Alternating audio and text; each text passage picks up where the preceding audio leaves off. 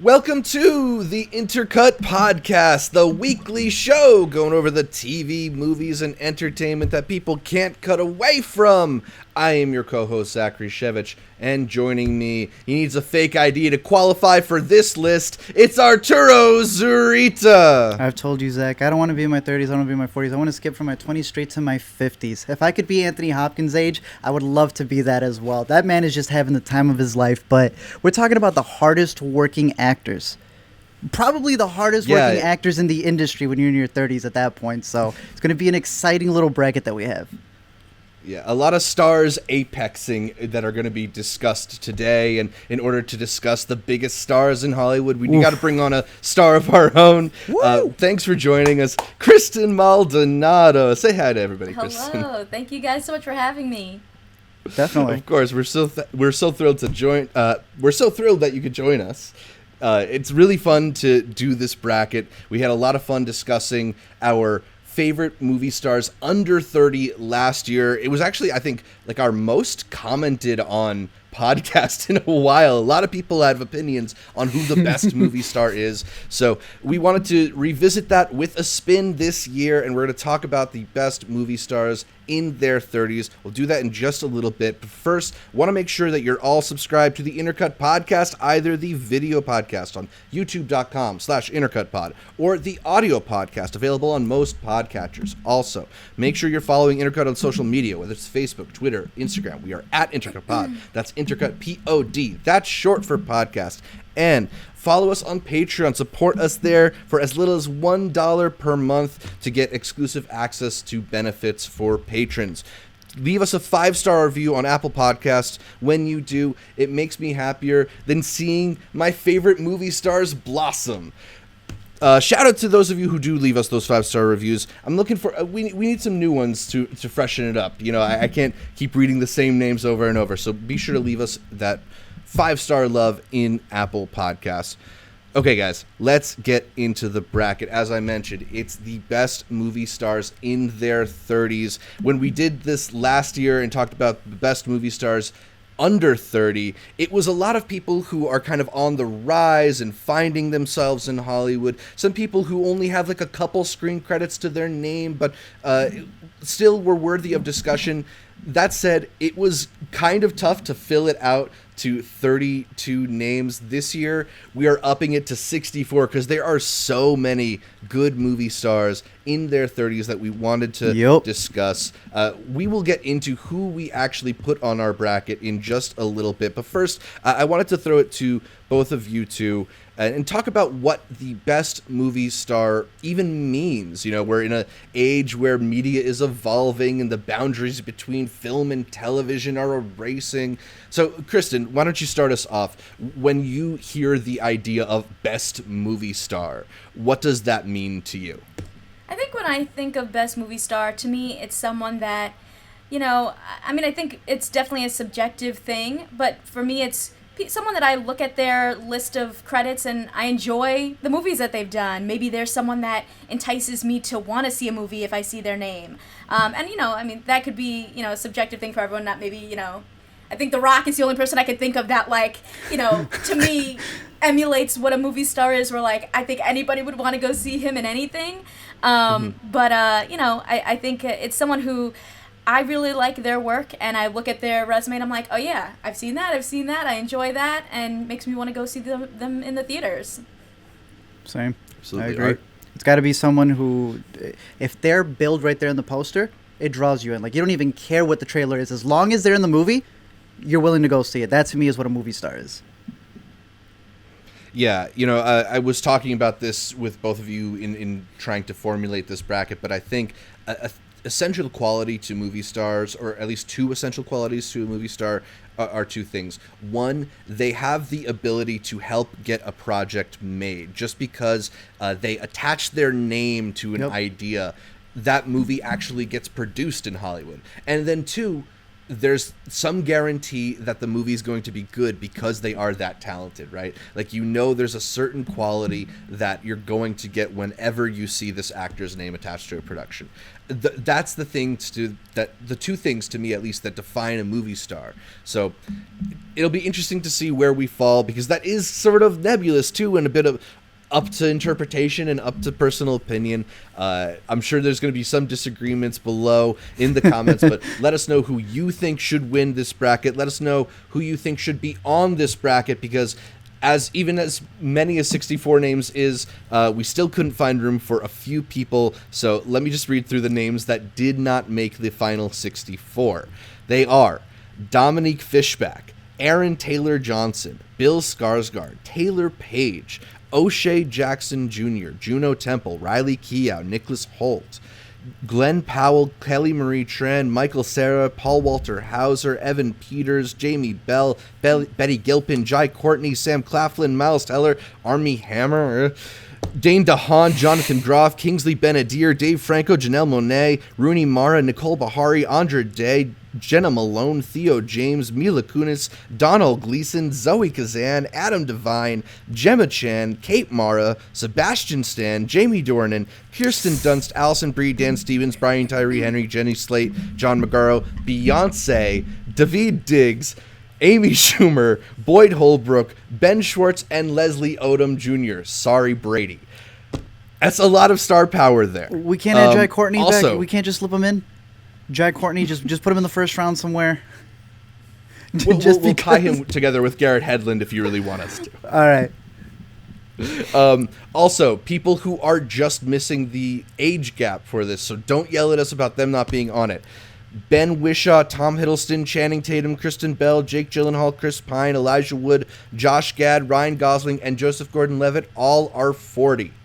Charlie Hunnam, Jason Momoa, James McAvoy, John Krasinski, Chris Pratt, Chris O'Dowd, Oscar Isaac, Diego Luna, Jason Segel, Kevin Hart, Rebel Wilson, Tiffany Haddish, and Rose Byrne are all 41. So those are the people who are not going to be on our bracket. But we have 64 other really great names.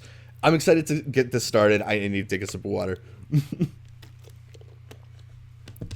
All right, so why don't we get into our first matchup here with the youngest person on our bracket and the oldest person on our bracket, 30-year-old Jennifer Lawrence and 39-year-old Rami Malek. Jennifer Lawrence, of course, in the last 5 years has done 2 X-Men movies, Passengers, Mother, and Red Sparrow, and she's also an Oscar winner for Silver Linings Playbook. Rami Malek, on the other hand, has done Buster's Mal, Heart, Papillon, Bohemian Rhapsody, A Voice in Doolittle, and most recently, The Little Things. And he, too, is an Oscar winner for Bohemian Rhapsody. Art, start us off. Who is the favored Oscar winner? Dude, I can't believe Rami Malek's the oldest one. Yeah. I also can't believe that he's going to leave the first round, because it's Jennifer Lawrence all the way. Jennifer Lawrence that's a movie star right there if we're talking about somebody. And to think that she is the youngest one on the bracket and she just entered the 30s. Oh, no, easily. Jennifer Lawrence, first round, without a doubt. Kristen? I also agree, Jennifer Lawrence. As much as I love Rami Malek in the Night at the Museum movies, Bohemian Rhapsody was not my favorite. I don't know if I agree with that award. I don't either. I'm going to go with Jennifer Lawrence. I think she's consistently, done a lot in her career. So yeah, I like Rami Malek a bunch as an actor, although I feel like recently he's kind of had not the best performances. At least I didn't love him in The Little Things either, and Bohemian Rhapsody, not the Oscar-winning performance that I don't think it should have been the Oscar-winning performance. Jennifer Lawrence is taking a little break, but I still think she is coming out on top here. So Jennifer Lawrence wins in our first bracket. We move on to Anna Kendrick versus Amanda Seyfried, 2 35-year-old actresses. Anna Kendrick recently in Trolls, Mike and Dave Need Wedding Dates, Pitch Perfect 3, A Simple Favor, Noelle. She did a Quibi show. She did an HBO Max show. She did a Frito-Lay commercial. And recently she was in the Netflix movie Stowaway. She's an Oscar nominee for Up in the Air, back in 2009. Oh, right. Whereas Amanda Seyfried in First Reformed, Mamma Mia, Here We Go Again, You Should Have Left, Mank, and Things Heard and Said, or Seen for Netflix, also a much more recent Oscar nominee. Amanda Seyfried's also going to be Elisabeth Holmes in an upcoming miniseries here. Kristen, which way do you lean? Which movie star do you prefer? I mean, they both have really, really great credits, but I think just going on my own personal preference of, I just really like Anna Kendrick. I think that she's really funny. She's had, I think she has the ability to do a lot of different things. I mean, they're both really funny, but I love all of Anna Kendrick's like musical projects as well. So I'm going to go with Anna Kendrick. Art? Amanda Seyfried, I think she's just a really great actress. This is the first time we have to disagree, Kristen. I loved her performance in Mank. I thought she was really great in that. I think that she's had a phenomenal career. Amanda Seyfried for me. You know, Zach. This is what I love. I love putting Zach pitted on it. Put me in the hot seat.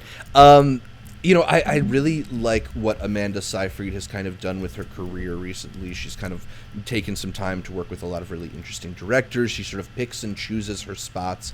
But she hasn't really been in too many big movies. Yeah, there is the Mamma Mia in there, but I don't feel like she's necessarily chasing that kind of mainstream success. Whereas Anna Kendrick is kind of reliably, consistently putting in good movies and diversifying the types of stuff that she gives you. I think she's a threat in a lot of different ways. You know, I think she's more versatile than people give her credit for. So it's a narrow lead here, good. But I think I'm going to go Anna Kendrick too. Oh, okay. Yeah, Amanda just needs to be in Pitch Perfect 4. Once she's in there, y'all will see. Moving on, we have Elisabeth Olsen, 32, versus Tessa Thompson, 37. Elisabeth Olsen has spent the last 5 years doing Captain America Civil War, Ingrid Goes West, Wind River, Avengers Infinity War, Avengers Endgame, Sorry for Your Loss on TV, and of course WandaVision, whereas Tessa Thompson has spent the last 5 years in Thor Ragnarok, Sorry to Bother You, Annihilation, Little Woods, Creed 2, Men in Black International, and Sylvie's Love, with a little dash of Westworld in there. Kristen, start us off. Which way do you go in this match? It's a tough one. This is a really hard one. Right? I feel like they're kind of on the same level. They've both been doing Marvel stuff. They've both been, you know. But I feel like when I think of Tessa Thompson, I do think a little bit more of like her indie work versus like mainstream movie star, especially with stuff like Little Woods and Passing. So I think, especially like fresh off of like WandaVision and going into like Doctor Strange, I think I'm gonna go with Elisabeth Olsen, even though they're both really awesome. What about you guys? I agree with you. The bigger movie star, without a doubt, is Elisabeth Olsen. But when I see Tessa Thompson on the poster, like, she wasn't Sorry to Bother You and all these things. But you're right, because at that point, it's like, how are we judging what a movie star is? Right. And I think that if there's going to be a movie that comes out and she's on it, it's going to sell. But I want to put it on Zach, so I'm going to say Tessa Thompson, because I really do like Tessa Thompson. Break it, Zach. You know, I think the question here is best, not biggest, and as much as, like, you know, Elisabeth Olsen has really taken the center stage in MCU stuff, and it seems like she's going to be a big role in the upcoming Doctor Strange movie. You know, Tessa, I think, because she's got her foot in so many different areas, you know, I think we've all seen Passing at Sundance, which will be coming out later this year. She's going to be in the new Thor movie. She's also going to be in Creed. I like the diversity there. She's starting her own production company recently, I think, in ties with HBO Max. Yes. I like the moves that Tessa Thompson makes. I like the types of movies she's in a little bit more. I wonder how much of that is just because Elisabeth Olsen has done a little less in the last few years, but I think I'm going to go Tessa Thompson here. All right, 2-1. So Tessa Thompson moves on, and we move to Donald Glover versus Daniel Kaluuya.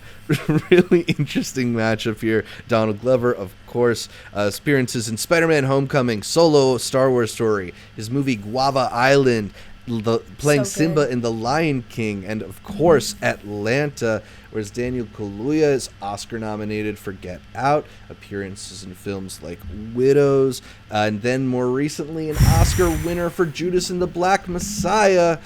Art, yes, you got to start us out here. Which way are you going to go? Is Daniel Kaluuya. Next. Daniel Kaluuya. No question. Yeah, Kristen. I'm going to go with Daniel also because I feel like we have like a movie star and then we have like a global international, like, I don't know, like Donald Glover, he's an artist. Yeah, like I would think it's like a different category, both equally impressive. But, Donald Glover, he's got his own TV show, he's got his music, he's got all this stuff that I think puts him in a different category maybe than movie star, like just easily. like international artist. Yeah. So for movie star, I'll go with Daniel. It does feel like I agree with her. He said the same thing too. He was like, I want to see myself as like, he doesn't even want to call his albums anymore, so he's such an artiste that like, he doesn't even want to be titled anything. That's childish right now. Remember his last album? He didn't even put a title on it. It had no artwork. The tracks didn't even have a thing. The tracks were literally the time codes. But literally anything he puts out, I will watch it. Yeah. That too, yeah. But in terms of movie star. Donald Glover has the ability that whenever he's involved in something, it feels like an event. So there is a quality here that makes his career maybe bigger in a way than Daniel Kaluuya's. But as you both have said, it's diversified. It's in music. A lot of it's in TV. The upcoming Mr. and Mrs. Smith project is going to be an Amazon show. Oh, that's right. Kaluuya here. I mean, I think Kaluuya is starting to build like a huge career, so I'm going Kaluuya as well. And he's so good in every different movie he's in. Yeah. Jessie Buckley versus Riz Ahmed. Jessie Buckley has been in Wild Rose, Judy, The Voice in Doolittle. She's in The Courier, and more recently in I'm Thinking of Ending Things, as well as Fargo Season 4. Riz Ahmed, a bunch of film appearances in movies like Nightcrawler. He was in Rogue One, I think that was the right Star Wars movie. And most recently, an Oscar nominee for Sound of Metal. Kristen, which way do you lean here? They're both really good. They're both really good. But I also kind of feel like they're both a little bit more understated. Yeah. These are definitely like actors, not necessarily just movie stars. Yeah. So I guess if I had to pick one, maybe I would go with, I feel like the one that the movie that I really started seeing more Jessie Buckley was I'm Thinking of Ending Things. I feel like that was like a big breakout for her, but I don't know if she's necessarily been in as many things. So I'm gonna go with Riz. Woo! Same. The boy Riz. It's got to be him. I have a feeling this could be a different story like 5 years from now, but Riz is here. Riz is doing huge things. Riz is such a compelling movie star. Jessie's building that resume, and maybe we'll get to that point soon. And she's really good. Not to mention, Riz is a producer, and Flea from Sundance. He's not just an executive producer on that, but he will be doing the voice for the English adaptation of it, or not the English translation of it. So he's got a lot of stuff in the works. I'm very excited to see what he has next. Yeah, definitely. All right. John David Washington versus Mackenzie Davis. In the last 5 years, John David Washington has basically emerged from not really much. I mean, obviously he's passed as being Denzel Washington's son, but didn't have a lot of credits before, and then went from Monsters and Men to Monster to Black Klansman to The Old Man and the Gun to Tenant and Malcolm and Marie. Whereas Mackenzie Davis, my favorite in my heart, has been in Always Shine, Blade Runner 2049, Tully, Terminator Dark Fate, Irresistible, and Happiest Season. As much as I root for Mackenzie Davis here, I do kind of feel like I got to go John David Washington. Thank you, Zach. Thank you. He's the star of like one of the few blockbusters that we did get last year. He was a producer on Malcolm and Marie, based off of his magnetism and ability to lead projects like that. I still think Mackenzie Davis is on the rise. She big role in Happiest Season, a movie that a lot of people like, but she'll get her time. John David Washington. I think when you even just hear John David Washington's name, it's kind of like, I guess, just Movie more star recognizable. name. Yeah. You know, it's... Yeah, I agree. All right, our next matchup and he was in the NFL, Zach. He was in the NFL. He was also in the NFL. I know Washington he's not from Jr. obscurity. His IMDb was sparse. He was a baby in the Malcolm X movie. The next matchup is Michael B. Jordan versus Garrett Hedlund. I don't think we need to spend a whole lot of time on this one. Garrett Hedlund in the last 5 years has been in Billy Lynn's Long Halftime Walk, Mudbound, Burden, Triple Frontier, Dreamland, and The United States versus Billie Holiday. But I don't think he's top-lining movies the way that Michael B. Jordan currently is. Bro, the Alexa commercial alone. For some people, you know? Yeah, they're not making Michael those B. commercials with Garrett Hedlund right now. Yeah, I definitely think Michael B. Jordan, like, his resume just, like, kind of speaks for itself. He's done so much, and he's killing it, Yeah. so. All right, Still so going. it's still like Garrett Hedlund, though, but we'll move on to the next matchup, which is Elisabeth Moss versus Regé-Jean Page.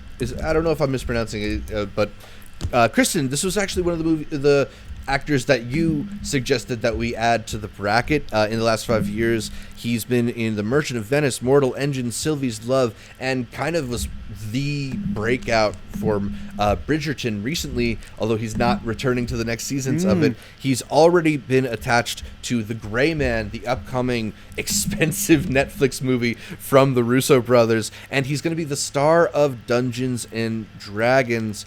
Elisabeth Moss, on the other hand, has spent the last 5 years in The Square, The Old Man and the Gun, Her Smell, Us, The Kitchen, Shirley, and The Invisible Man, as well as her TV work in Top of the Lake and Handmaid's Tale. I'm going to go Elisabeth Moss on this one, but is there an argument you want to make for Regé-Jean? No, I think that it's probably Elisabeth Moss, but I think that he's definitely someone like Jessie Buckley that is rising, Totally. and we're going to hopefully be doing amazing things. Maybe in a couple of years he'll be, on our movie star list. I think he's definitely on his way. Kristen's put in the stock, and she just wants to make sure that it is known that she was here early. For sure. She's planting her Exactly. flag. I respect it. I Exactly. respect it. Our next matchup is Dev Patel versus Seth Rogen. When I saw this matchup, I thought, I kind of would like to see Dev Patel in a Seth Rogen movie. In the last 5 years, Dev Patel has been in Lion, Hotel Mumbai, The Wedding Guest, and The Personal History of David Copperfield, whereas Seth Rogen has spent the last 5 years doing Sausage Party, Neighbors 2, Smoking. The Disaster Artist, Long Shot, The Lion King, and An American Pickle. I think this is actually a pretty interesting matchup. Art, I want to see which way that you go on this one. Look, Dev Patel's going to be a future Academy Award winner, without a doubt. You know how we always say that it's the short-term 12 people who are always, coming down with a new Oscar every single year? I think that everyone from Skins is going to have one too. But it's Seth Rogen. When Seth Rogen is in a movie, everybody knows his laugh, everybody goes to it. I'm going to have to go Seth Rogen, but the better actor is Dev Patel. I think I would also agree with you guys that I think probably, like, in terms of artistry, maybe Dev Patel is a better actor, but I think I would go Seth Rogen. I feel like I like so many of his projects, and also he's been doing so many great things in terms of, like, producing and directing and bringing different projects to life. So I can see him kind of maybe even going, I think right now he's a movie star where, like, if I see his name, I'll go watch it, but I think I could see him going beyond that and just being like, from The Boys to, there's just so many projects that he's put his hands in that you're just like, he that are supposedly so good. was just cast as Steven Spielberg's, like, favorite uncle or something like that in the Steven Spielberg, like, life story thing. Oh, yeah, that's right. Oh, Yeah. wow. And he also had that Okay. role as Steve Wozniak, so he's shown a little bit more of a dramatic side. So, yeah, I mean, Yeah. I like Seth Rogen a lot. I'm going to go with him here. But, Dev Patel is an underrated movie star, and I'm hoping that he's going to become even bigger and bigger. He's going to be in Green Knight, the long-delayed Green Knight soon. And also, his directorial debut, Monkey Man, I think was coming sometime later this year. So let's keep an eye out for Dev Patel. The next matchup, Art, I know you were dreading this one. Aubrey Plaza versus Aldis Hodge. In the last 5 years, Aubrey Plaza has been in Mike and Dave Need Wedding Dates, The Little Hours, Ingrid Goes West, Child's Play, Black Bear, and Happiest Season. Aldis Hodge has done Brian Banks, What Men Want, Clemency, The Invisible Man, and One Night in Miami. Art, which way are you leaning here? I like Aldis Hodge. The thing is, I'm like a really big Aldis Hodge fan, but I could recognize that Aubrey Plaza being on the poster for a lot of people is going to do it, including myself. But I'm not going to lie, I'm pretty torn here. I'm just going to say Aldis Hodge. If y'all pick Aubrey, I'm not going to be mad about that at all. Okay. Kristen, how about you? I'm going Aubrey. I feel Such like good. She has grown so much over her career, and just this past year alone has come out with so many hits. And also, she could do a little bit of everything. You know her, from Parks and Rec, and she was really funny there. But I feel like she can even do some serious stuff, and Black Bear has the range. Easily. Aldis Hodge is going to be playing Hawkman in Black Adam. Is that the villain? I don't know. I have absolutely no idea. Maybe after Black Adam or something, he'll blow up and be even bigger. But right now, I got to go with Aubrey Plaza. Dope, I think dude. she's such a unique presence too. I think there's not a lot of actors who have the kind of mix of a range of roles they can give you, but such a distinct personality that kind of is the through line in them. I like that. I think that's a movie star quality when you can bring a certain, predisposition because you expect something from that type of actor. And I think Aubrey Plaza's got that particular type of attitude that lends such an interesting quality to her roles. So Aubrey Plaza in this matchup. The next bracket, we got Ana de Armas versus Jonah Hill. We spent a lot of time arguing about whether or not Jonah Hill should be on this bracket before we expanded from 32 to 64. He is the reason why it's 64, because he did not want to put Jonah Hill in. And I'm like, no, you're going to put Jonah Hill in. And then what does he do? Puts him against Ana de Armas, who's probably the biggest actress right now with every single role she takes. Oh, wow. Well, I was going to say, though, I'm going Jonah Hill. Really? No way. Yeah. Thank you. I'm going Jonah Hill too then. No! Yeah, because I feel like for me, Ana de Armas, her breakout role was in Knives Out. I didn't really know her previously. And it looks like she's going to be like some of those people we've mentioned that are rising. They're taking on a lot of really exciting roles now. But I don't know if a lot of her stuff has come out yet.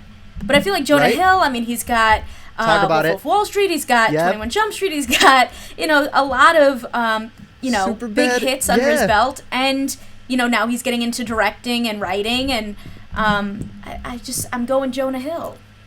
Thank you. What's up, Zach? See, you should have waited to pit them against each other after the new 007.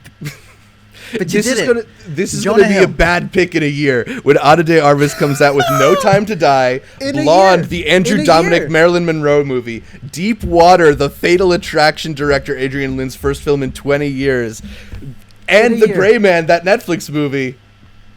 Dope. Well, so we're recognizing that she's going to be doing things. But I think at this exact moment, she's had her start and she's growing. But I think it's Jonah Hill right now. Jonah's on the hill already at the top, Zach. All right. Yeah, he's on the hill. I'm overruled. I get it. All right. Okay. Lupita Nyong'o versus Brie Larson. Also another interesting matchup. Lupita Nyong'o, last 5 years, was in Star Wars: The Last Jedi. Anybody remember Max Kanata? Black Panther, Little Monsters, and Us. She's an Oscar winner for 12 Years a Slave. Brie Larson, on the other hand, has been in Kong Skull Island, The Glass Castle, Unicorn Store, which she directed, Captain Marvel, Avengers Endgame, Just Mercy, and Between Two Ferns, the movie. She's also an Oscar winner for Room. So Oscar winner versus Oscar winner. Kristen, which way are you going? Oh my God, I don't know what to do. I feel like this could be one of the hardest ones. I think so too. They both have such great careers and they both have such range too. They could do a little bit of everything, like Little Monsters versus Black Panther versus Us, and then you got Room versus Scott Pilgrim. Oh my gosh. Yeah. Oh, why'd you have to bring up Scott Pilgrim? That's right. Yeah, there's just too much. They also I have don't like even know. very different approaches with what they're doing in their careers right now. Like Lupita, I feel like is very intentional and very sparse in her choices. Like she talked about how she waited to take a starring role in Us. Brie Larson, on the other hand, in part she's going to be like part of the biggest set of movies over the next decade. It feels like. Yeah, well, I guess they both are. They're both Marvel are. heroes. Lupita too. But Lupita also has Star Wars. Yeah. Lupita has Marvel and Star Wars. This is a hard one. All right, do you I have? don't even know. Yep. Do you know? I want to pick both, but I guess I don't know. You want to rip off the Band-Aid? We should do Lupita like a Nyong'o. rock paper scissors Ooh. or something. Honestly, I feel like that, but I'm gonna go Lupita Nyong'o. Okay, I I'm have gonna to. go.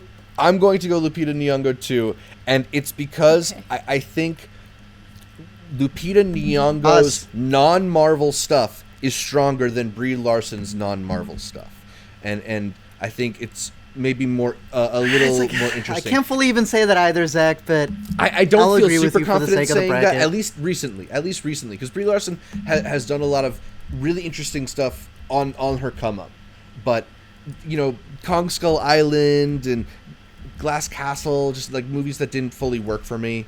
I don't know. That's why I would go Lupita here. Oh, Okay. it's so hard. It's so hard. it is. But I think what I think when you're really looking at it, like Lupita Nyong'o, even though she has a little bit of a smaller resume, like kind of most of the things are hits. Like like the Star Wars, the 12 Years a Slave, Us, Little Monsters is really good, Black Panther. Whereas, like, and Brie Larson has good stuff Yeah. too. 13 going on 30, Sleepover. Like, she has a she's been at big it. range of like different types of things. I'll just go with whatever you guys choose. That's a tough one. Definitely one of our tougher That one ones. was a tough one. Yeah, it's a lot of heartbreak from here on out on the bracket. Let's go to the next matchup though. Daniel Radcliffe versus Henry Cavill. A couple guys who have been through the franchise ringer and have come out solid on the other side. Daniel Radcliffe has taken the past few years and gone really indie and made a lot of subversive and offbeat movies, some of which we like quite a bit. Really I'm cool. a huge fan of Swiss Army Man. Henry Cavill, spent most of his last 5 years playing Clark Kent and Superman, but also had an CGI-ing extremely the memorable mustache. turn in Mission Impossible, and to a lot of people, an extremely memorable turn in The Man from U.N.C.L.E. So, Art, start us off. Who is your preferred movie star? I gotta go off the movie star image, and every movie he's in, he's a hit. Henry Cavill. I'm sorry. I'm not saying he's more charismatic, but every movie he's in, it's always a massive hit. He's Sherlock now too, on Netflix. Yeah, With the Enola Holmes series, so yeah.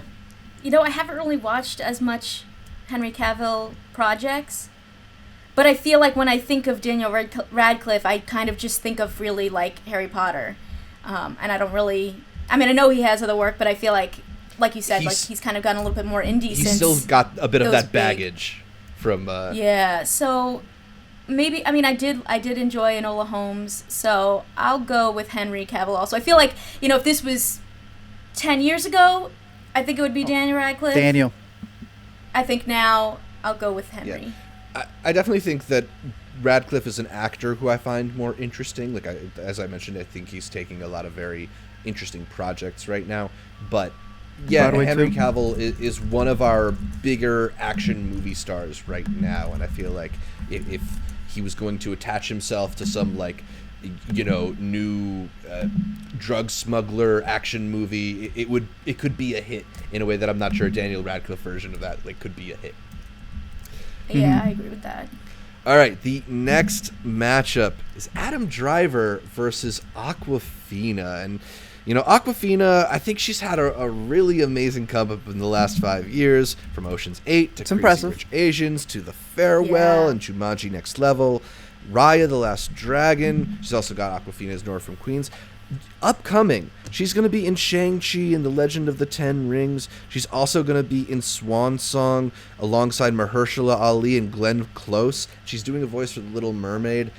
I really thought she was going to do very well in this bracket. And then in the first round, she went up against Adam Driver. It's Adam. So I'm going Adam Driver here. I don't know about you two.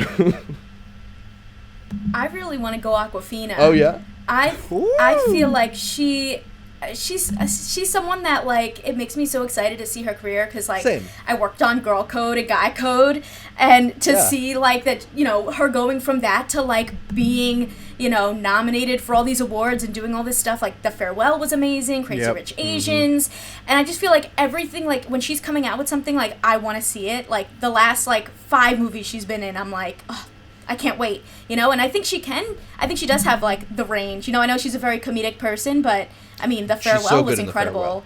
And it just makes me so excited to see everything that she does. So I want to go Awkwafina, and I wish her all the success in her career.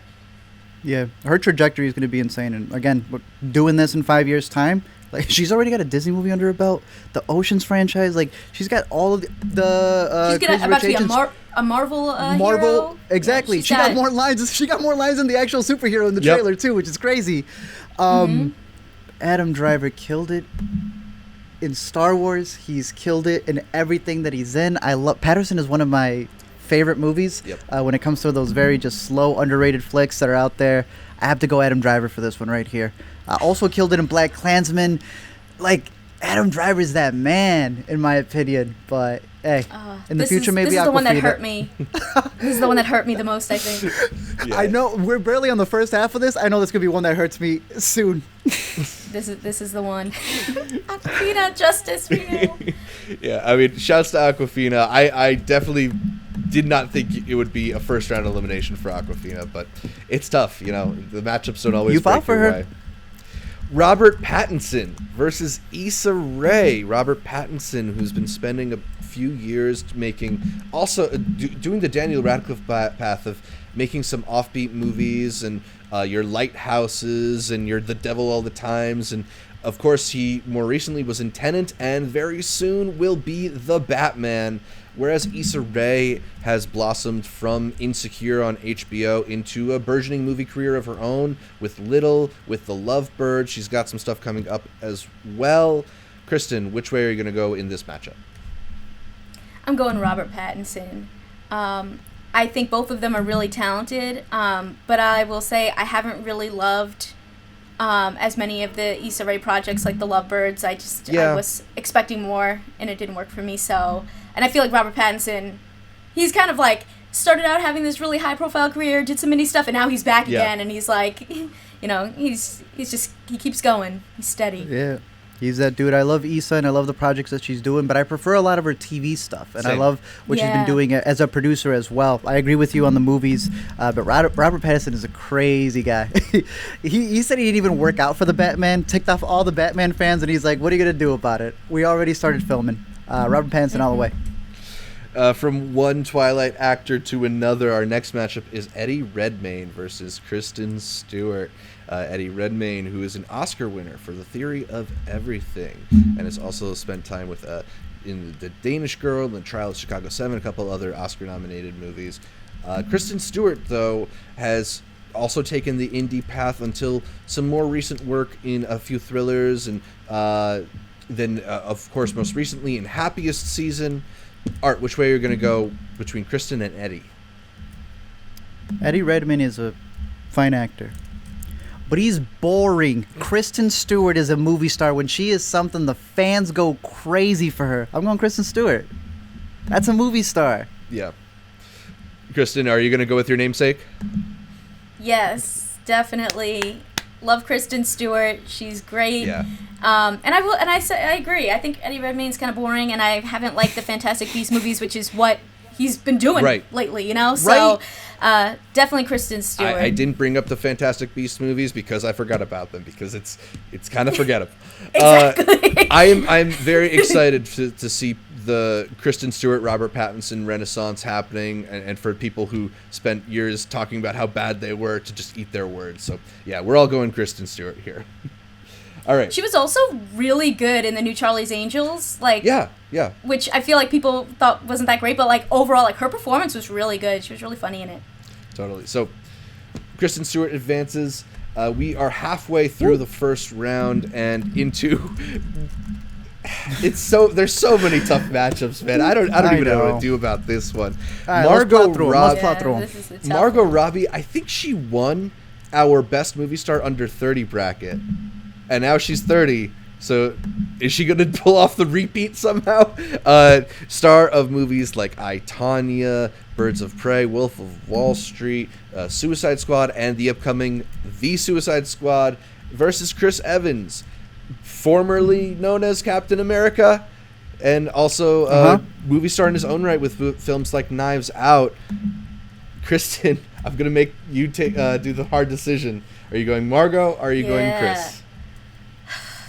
This is a tough one too, but I feel like, I think they're both movie stars. Yeah. I think that, it's just which one is more of a movie star. Maybe Chris Evans is a little bit more beloved, like on the internet. So, maybe I'll go with Chris. I mean, it's really both of them, but it's tough. Like they've also both got that superhero credit. They've both put in work outside of it too. I feel like there's a lot of history with Chris, but Margot is like this exciting new presence in films. Art. Have y'all seen Gifted? I didn't. Have y'all seen? I don't think so. Have y'all seen Focus though? I did see Focus with Will Smith and Margot Robbie. I saw that one. Oh, you didn't see Focus? Oh, Focus was fire. I have to go Margot Robbie. I think outside of the big franchise projects, from Wolf of Wall Street, from Focus, from even the stuff that she's producing, even what was Promising Young Woman. Oh, that's right. She did do Promising Young Woman, and what was? I don't know if she got a nomination. What was that other one? Bombshell that she was in as well. I think that no matter what she's in, there tends to be attention going that way. For Chris Evans, I think he's great. Besides Knives Out, though, I think with something like Gifted, playing it cool. Before we go, like you got to go all the way back to Snowpiercer before the Marvel days, when he was still getting that attention outside of it. He's America's ass. But Margot Robbie, I think, is going to be one of the biggest stars, producers, all of that of all time. So, yeah, she won the 20s bracket. I think she's going to do some damage in this bracket, too. What depends? Zach, what are you picking? I'm going Margot, too. I think Chris, it's going to be interesting to see what he does now that he apparently is not returning as Captain America. Because I do think he is a better actor than he's sometimes given credit for or given the chance to show in a lot of the Marvel movies. Like, I really do like what he brings to stuff like Knives Out, to even Snowpiercer, which you mentioned. But yeah, I think there is like a gap in seeing what else he does, whereas Margot, it's just, I like that she's giving us both the Oscar caliber stuff and the has the toe in the franchise world too. So yeah, I'm going Margot Robbie here. Sticking with female superheroes, in our next matchup, we got Gal Gadot versus Alexandra Daddario. Alexandra Daddario spent the last 5 years doing Baywatch, The Layover, When We First Met, We've Always Lived in the Castle, Can You Keep a Secret, and Songbird. But Gal Gadot is Wonder Woman, as well as appearing in... Wonder Woman. She's Wonder Woman. She is Diana. Is she nothing That is else? her role right there. I thought she was in... I mean, do you really need... Fast and the Furious. But that was like a while ago. What are the movies? But yeah, it's that's really You know what I was looking at? But if they brought Han back, you never know. Yeah. She's going to be in a few upcoming things, including Death on the Nile, and there was, of course, that announced Cleopatra project. Oh, that's right. Yeah, I don't know if Alexandra Daddario can compete with like the biggest probably female superhero out there right now. So I'm going Gal Gadot. Yeah. Gal. I would say, like, personally, I would more watch an Alexandra Daddario movie, but, like, in terms of superstardom, I mean, there's no denying Gal Gadot's Wonder Woman, so... yeah. It's... I don't know if I get much from her, but she's in a lot, so... Yeah, I think we'll go with Gal Gadot in this matchup. So, Ooh, this next one's interesting. Yeah, we're going Alicia Vikander versus Felicity Jones. A couple of women with Oscar nominations rather, under their belt. Alicia Vikander's also been in films like Ex Machina and more recently the Tomb Raider series. Felicity Jones most recently was in The Midnight Sky alongside George Clooney. Art, why don't you kick us off? Which way are you leaning between Alicia and Felicity? Alicia Vikander. Like, I use her name as a verb when I say an actor is having an Alicia Vikander type year, when they just have projects after projects after projects coming out, you know? Yeah, when Felicity's an actor dope. has I like a Felicity. Chastain type of year. I get you, totally. Alicia Vikander. What do y'all have? I will go with that as well. Oh. Yeah, Felicity's got Star Wars, though. Well, had Star Wars. I mean, it's only one. But she had her Star Wars, yeah. I like Felicity Jones, but I don't know if she necessarily like jumps out to me too much. And I do really like Alicia Vikander. I think she's done a lot of interesting. I think she's awesome. So, yeah. The next matchup: Chris Hemsworth versus Lily James. Lily James was in Baby Driver, Darkest Hour, Little Woods, Mamma Mia, Here We Go Again, All About Eve, Yesterday, Rebecca, and The Dig. Chris Hemsworth, though, is Thor, and he's also in what apparently was like Netflix's biggest movie ever in Extraction. He's also popped up in some places like Ghostbusters. I feel like this is Chris Hemsworth's battle, but I'll hear an argument for Lily James if anybody's got one. Not really? No. Yeah, I don't think I have. I mean, she's Chris. very, very good as well, but I think in terms of movie stardom, it's probably Chris. Yeah. I think this next matchup's actually a little bit interesting. Dakota Johnson versus Anne Hathaway. Dakota, who was in the 50 Shades series, and as since we're graduated to some other projects, Anne Hathaway, who pops up in a lot of places and often in some bad movies, but also is an incredible actress. Of course, an Oscar winner for Les Miserables. I don't know if Anne Hathaway is necessarily as big of a movie star as she once was, but is she still the bigger movie star, the better movie star of these two, Kristen? I mean, she's really close to EGOT. Yeah. Mm-hmm. That does say a lot. I feel like it's just a matter of time, especially with her singing chops. So, I mean, I do think, like, in most recent years, I don't know if I've, like, loved as many of her things, but I still think that I think I would go Anne. Same. I agree. I mean, she's had some iconic projects. You know, she's done so, like, yeah, she's one of those actresses. She's earned her years off. She can do that HBO movie where she gets locked in or whatever it was. But Dakota's been on a roll, and I think she's going to have a very long career. But, it's Anne Hathaway. That's a legend right there. Yeah, I like Dakota quite a bit, but I don't know if she's built the resume to compete with somebody like Anne Hathaway. And it still is exciting when Anne Hathaway shows up in something. You know, you look at roles in movies that I don't know if I love the movies so much, but she really swings for the fences and stuff like Ocean's 8 or whatever that Robert Zemeckis movie was that Art was mentioning. Like I like the choices that she makes and the daringness of some of her work. Yeah, that was Robert Zemeckis, dude. Okay. Oh, the witches? Yes, the witches. Oh, that okay. It was. I thought you said he did Locked In. I was like, or no, whatever that one was. Oh, okay. You were mentioning Locked In. My mistake. Yeah. That was Doug Liman, so it's also a good filmmaker. Either way, yeah. Yeah. So going Anne Hathaway in that matchup. This next matchup, though, this was the one that I was really fearing. This is the one that hurts me in my soul. That I'm not going to forgive myself over tomorrow. It is Steve Yeun versus Jesse Plemons. Steve Yeun, who's done films such as Okja and Sorry to Bother You and Burning, and of course the Oscar-nominated turn in Minari recently, versus Jesse Plemons, who is building up an interesting resume of his own in some Martin Scorsese movies and in some Charlie Kaufman movies, and showing up in weird roles in comedies occasionally. I don't know which way to go between these faves here. Art, I'm gonna make you start us off because this is too much for me. Oh, really? Stephen Yeun, easily, without a doubt. I like Jesse Plemons a lot, but until this man gets over that slump where people keep calling him Matt Damon 2.0. And I'm rooting for him, just like I'm rooting for Haley Bennett, because they still tell my girl that she's Jennifer Lawrence 2.0. They got to pass that hump. I think Steven Yeun has done that. I think less and less people are calling him Glenn, and they are referring to him to the Academy Award nominee that he is. Steven Yeun all the way. Wow, okay. Kristen? I was going to go Jesse Plemons because I feel like, I mean, first of all, he literally transformed in Game Night. I didn't even recognize him from other movies. He's good. He's really good. And then he's just had so many, I think, been in so many great movies recently. The Irishman, I'm thinking of Ending Things, Judas and the Black Messiah. He's got Jungle Cruise coming. I just feel like he's been in a lot of hits recently. And I think he really transforms in each movie.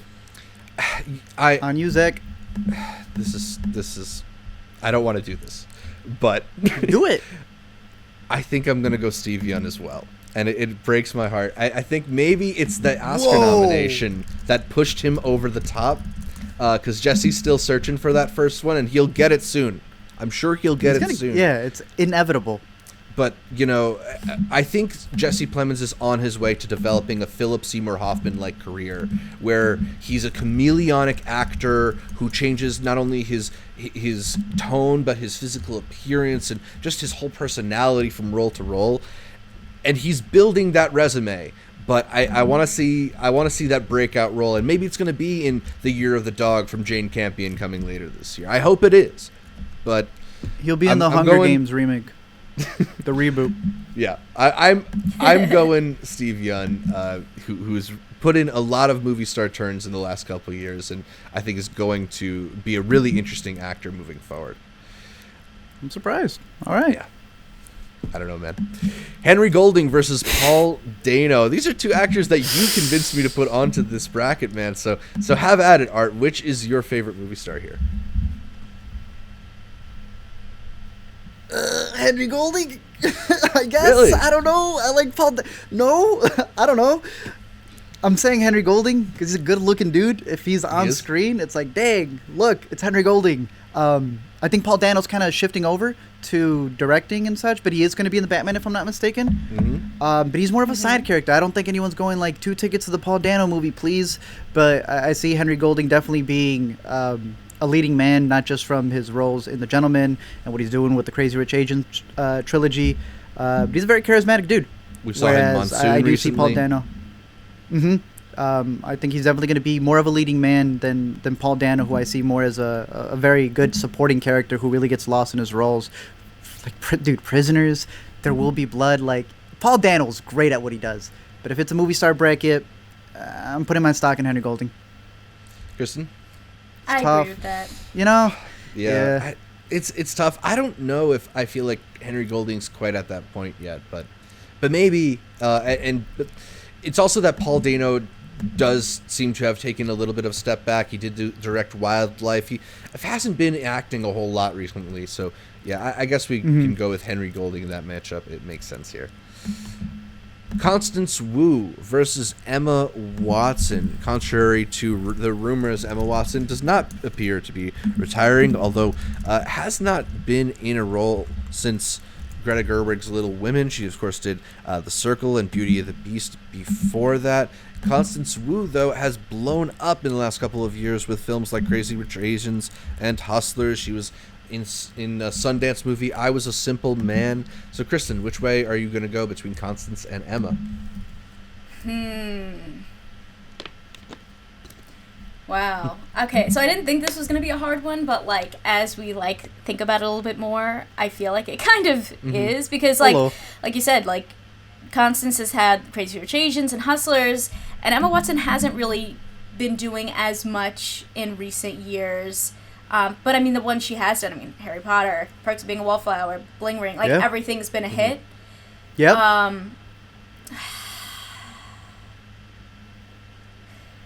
I don't really know. I don't know which way. I don't know where to go with this Emma, one. if Emma doesn't want to be a movie star, and it kind of feels like she doesn't isn't that want such to an be Emma a movie thing star to do? right now.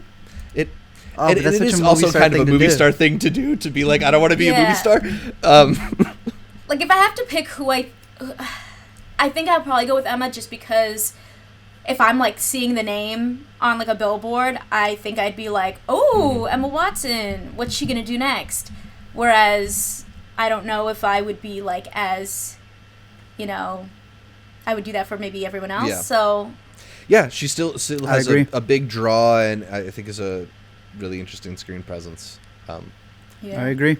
I'm going Which is Emma. interesting, especially to see compared to Daniel Radcliff, how we were like, I'm not sure. I was about to say, like, Daniel decided to go underground. She has stayed right up here. I don't know where Ron went. I don't know where he went to, but Ron just decided to do his own thing. But like, she only, like you said, she only takes roles where it's like it's going to be that big movie that defines, that year for her. So I mean that just I don't think she's had a dud. So I'd say Emma Watson. Yeah, that's true. I think like solidly she's, you kind of know every movie that she's done. Right. Yeah. Yeah, and that kind of is a movie star quality, right? If you can list off their resume trait. That easily. Yep. All right, so we'll go Good with agent. Emma Watson there. Our next matchup is Trevante Rhodes versus Priyanka Chopra Jonas. If this was just who is more famous, I think this would be a really easy matchup, but it's not.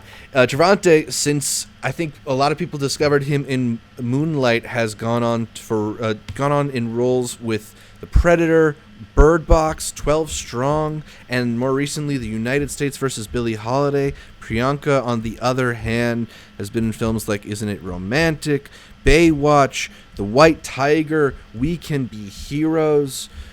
Kristen, which way are you leaning in this matchup?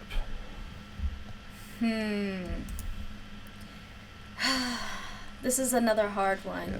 I feel like I don't... It's a little bit apples and oranges. Yeah, it's like they're so different, and also like, so I feel like I'm gonna go with Priyanka because I think she's a bigger name, but also realistically, I don't think I'm watching these movies because she's in it. I think she just happens to be in the movies that I like. Interesting. Yeah, that's a good point. So I think she's maybe a bigger name, but like, I watched We Can Be Heroes because it was directed by Robert Rodriguez, not because she was in it. So yeah. Yeah, but, no, I agree with you. I think I'm going to go the same. I'm going to say Priyanka because she's an international star. There's a lot more people who know of her when it comes to distributing a movie like that. I love Trevante. I think they're both extremely attractive people. Honestly, I think Trevante may be even more attractive because that man is ripped. But exactly, but Priyanka's like already producing stuff, and she just has that star power where she's known around the world. I mean, she had that whole big shift, bringing an entire audience over here to what she's done in America. She's married to a Jonas brother, so I feel like you just have that entire pizzazz going there. So, Priyanka. Yeah. So maybe she's even more of one of those, a little bit like a Donald Glover, where like maybe they're not necessarily a movie star, but they're like they have this huge presence, star quality, presence about them. Yeah, I get that. I kind of want to go Trevante here, but I hear the both of you, so we'll go Priyanka. But yeah, I mean, shouts to Trevante, who's building a really interesting movie career. I think is really developing the kind of resume that hopefully will have him stick around for quite a while. The next matchup is Scarlett Johansson, who's 36. Crazy to think she's only 36 given how long she's been in the spotlight. Versus Cynthia Erivo, who's just an O away from her own EGOT, and she's already been nominated for 2 Oscars. So it does not seem like it's going to be too far in the future. Scarlett Johansson's got Black Widow coming up as probably going to be her last time in the role. We'll see. Who knows what they do with the MCU. Cynthia Erivo, of course, was in Harriet recently. It's an interesting matchup. Art, where are you going to go between Scarlett and Cynthia? For the record, Cynthia Erivo, like you said, is an O away, and she is the much more talented just being. But it's movie stars, and Scarlett Johansson, every movie she's in gets attention because it's Scarlett Johansson. She is dead. She's still getting a Marvel movie, and people are going to go see it, and they already know she's gone. So it's Scarlett Johansson, but Cynthia needs that big franchise. She's going to get it soon, and she's going to get that O soon, for sure. Yeah. I feel like maybe Cynthia's another case for like that Donald Glover type of fame, where she does so much and she is so talented, but it's not necessarily in leading movies yet. So I would go Scarlett here as well. I don't know if that's where you'd go, Kristen. Yeah, I agree. I think, like you said, you hear Scarlett Johansson, like that's a movie star. I think Cynthia Erivo could definitely get there. I think, but like you said, she does theater, she does television, she does music. Like, I think she has so many talents that now it's just a matter of time before people are like, all right, here's your Oscar, you got it, you're good. Yeah. Zac Efron versus Olivia Wilde. In the last 5 years, Zac Efron's done Neighbors 2, Baywatch, The Disaster Artist, The Greatest Showman, Extremely Wicked, Shockingly Evil and Vile, and The Beach Bum. Whereas in the last 5 years, Olivia Wilde's done A Vigilante, Life Itself, and Richard Jewell. Because I feel like Olivia Wilde has sort of taken a little bit of a step back from acting. She had her directorial debut in Booksmart, and she'll be following it up, I believe, later this year in Don't Worry, Darling, which she actually will be starring in. She's also going to be in How It Ends, which was at Sundance and South by Southwest earlier this year. I feel like this would be a really hard matchup like 5 years ago. Now I'm also not so sure. But Kristen, which way do you lean between Zac and Olivia? Yeah, this is a tough one. Like a couple years ago, I would have been like 100% Zac Efron, because he was doing like literally everything from High School Musical to Hairspray, 17 Again, and I think he has done a lot of things recently. Yeah, Greatest Showman fans will tell you he's done a lot of things recently. Yeah, I mean, yes, he has. But I think also like Olivia Wilde is maybe moving beyond just a movie star to, like you said, like directing and things like that. So I guess, like, in terms of just movie star, like, if I hear the name, I feel like maybe Zac Efron still. Yeah. I think I'd go that way, too. Y'all not going to talk smack about my boy Zac Efron. It's Zacky Poo all the way. Zac Efron is a star and will always be a star. Zac Efron all the way. Yeah. Olivia Wilde, I think, could be at some point, but she seems to have intentionally maybe taken a step back from that. So we'll go with Zac Efron in that matchup there. The next matchup is between Emily Blunt and Taron Egerton. Taron has been in a few films like Robin Hood and Billionaire Boys Club, as well as the... what's it called? Oh, the Kingsman series and Rocket Man, for which he was nominated for a Golden Globe. Whereas Emily Blunt has spent the past few years in movies like The Girl on the Train, Sicario, Into the Woods, The Edge of Tomorrow, Mary Poppins Returns, and A Quiet Place. She'll also be in A Quiet Place 2 not so long from now. And I kind of feel like Taron, while his star is on the rise and he's a dynamic movie star capable of giving you a couple different looks, Emily Blunt is here now and the bigger star right now. So I'm going with Emily over Taron. Are you guys with me, or do you want to launch a defense for Taron? Emily. Yeah. All right, the next matchup is Lily Collins versus Andrew Garfield. I think these are a couple of your faves, Art. Which way are you leaning here? Yo, I like Lily Collins, but I like Andrew Garfield. I'm going to go Andrew Garfield, surprisingly. Yeah. He's taken an interesting turn in his career where it seemed like he was going to be this huge mainstream movie star, and then after Spider-Man, he's kind of like, I'm going to be very self-serious and work with interesting auteur directors. I kind of like that look for him, though. Speaking of mainstream, I mean, he's so big, critics aren't even allowed to see that movie early, so it's got to be Andrew Garfield. Right. Kristen? I guess in terms of like a serious movie star, I think I would go Andrew Garfield also. I just think, he has kind of taken a step back a little bit, but then when you look at Lily Collins' stuff, it's like Emily in Paris.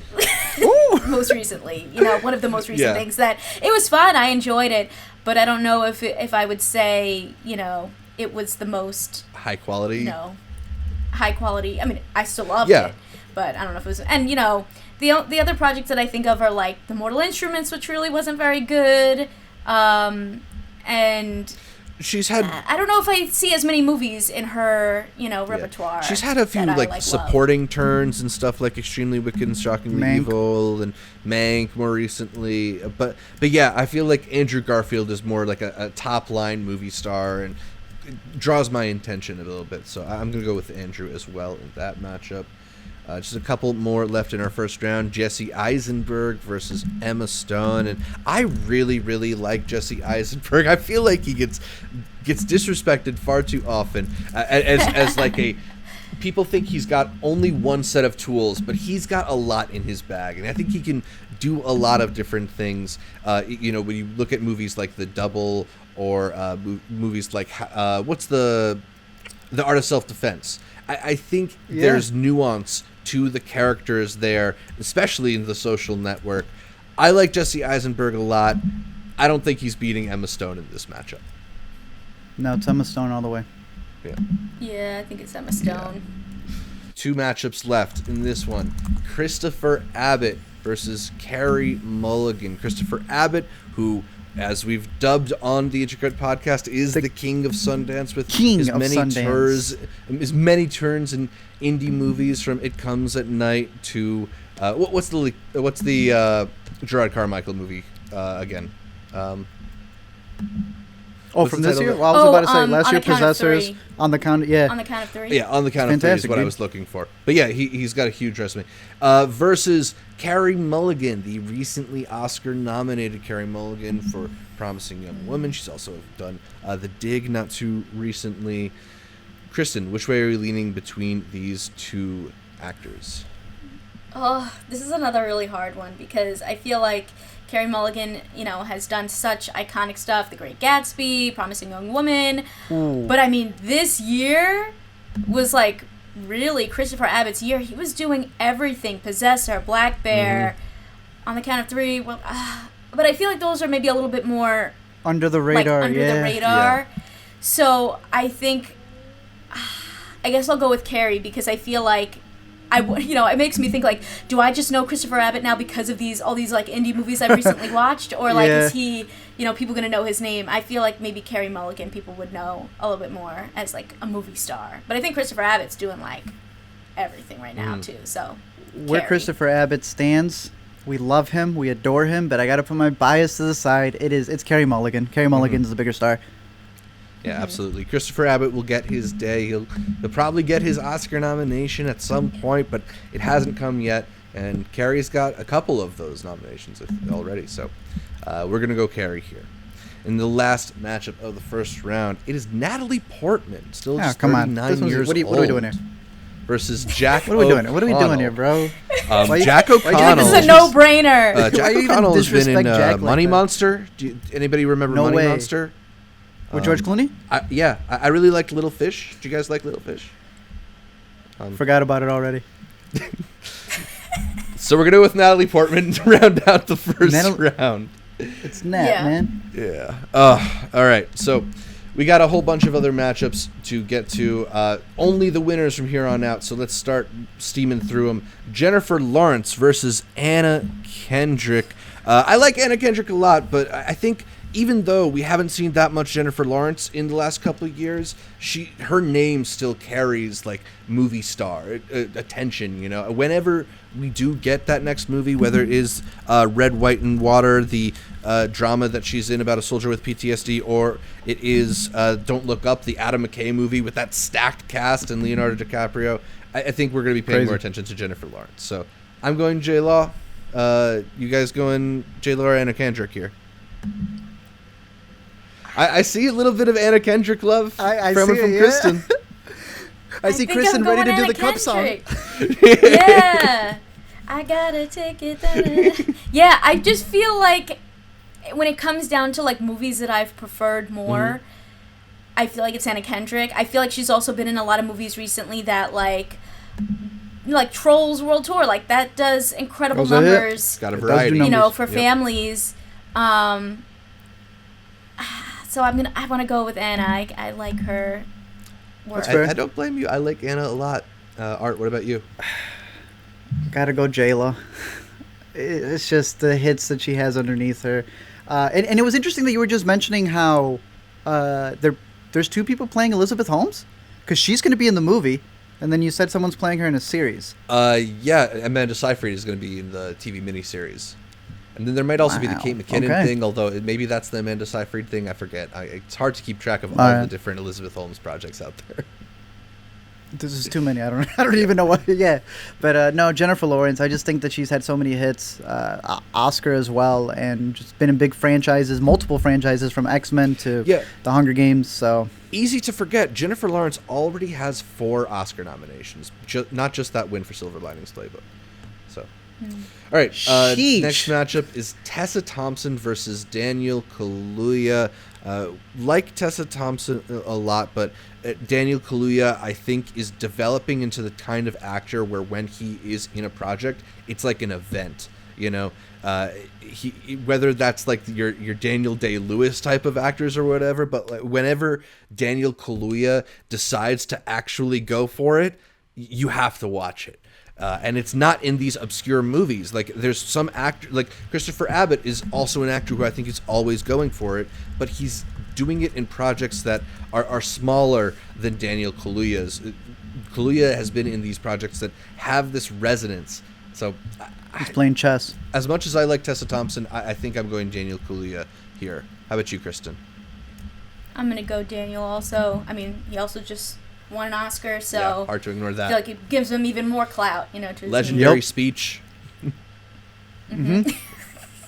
Shout out his moms. Yeah. Oh, God. Riz Ahmed versus John David Washington, a matchup of some like internet boyfriends here. I feel like. Kristen, which way are you leaning between Riz and John? I feel like in terms of like star power with your name, I'm going to go with John David Washington, I think. Interesting. Art? You know I like my boy Riz, but they're going to pull up for John David Washington, so I just have to go John David Washington. I do. And it just hurts to say bye, Riz. Yeah, I'm sorry. It's just... But Riz brings such dynamic presence and the acting ability, the acting chops. Definitely. And Washington brings in butts to them seats because he's John David Washington. So it's got to be John David Washington. Yeah, I like John. I guess David you know a lot. sometimes the bringing the butts to the seats counts, I guess, a little bit more than the actual like maybe potentially better. Yeah, well, I mean that's the trade-off, right? Because like you still have to want to see the person, and like you know, maybe John David Washington's going to top line bigger movies more soon than Riz Ahmed, but I kind of feel like Riz Ahmed is attaching himself to some really good stuff and is elevating that stuff too. I can go with John David here. It hurts. Don't get me wrong. Michael B. Jordan versus Elisabeth Moss. And this is tough because I think Michael B. Jordan is definitely the bigger movie star here, but he's a little bit hit or miss. You know, there are movies in that catalog that I don't think really work. Whereas Elisabeth Moss, I just kind of feel like she's doing so much dynamic stuff. Like, this is a woman who probably should have more than one Oscar nomination already if I were in control of these things. I'm going to go with Elisabeth Moss here. Art, I don't know if you're going to back me up. Wow. I got to go Michael B. Jordan. I'm sorry. Elisabeth Moss is the better actor. Mm-hmm. But Michael B. Jordan, like you said, he's like Taylor Kitsch. He messes up on a big blockbuster and they still got him in on the next one. So, like, he's got the new Amazon Tom Clancy movie coming out. I think that he's not a bad actor, but he is the bigger actor, without a doubt. I think I would agree that I think Elisabeth Moss is the better actor, but I think he's the bigger actor. You know? And it's not like he cannot eventually score a nomination awards-wise, so yeah.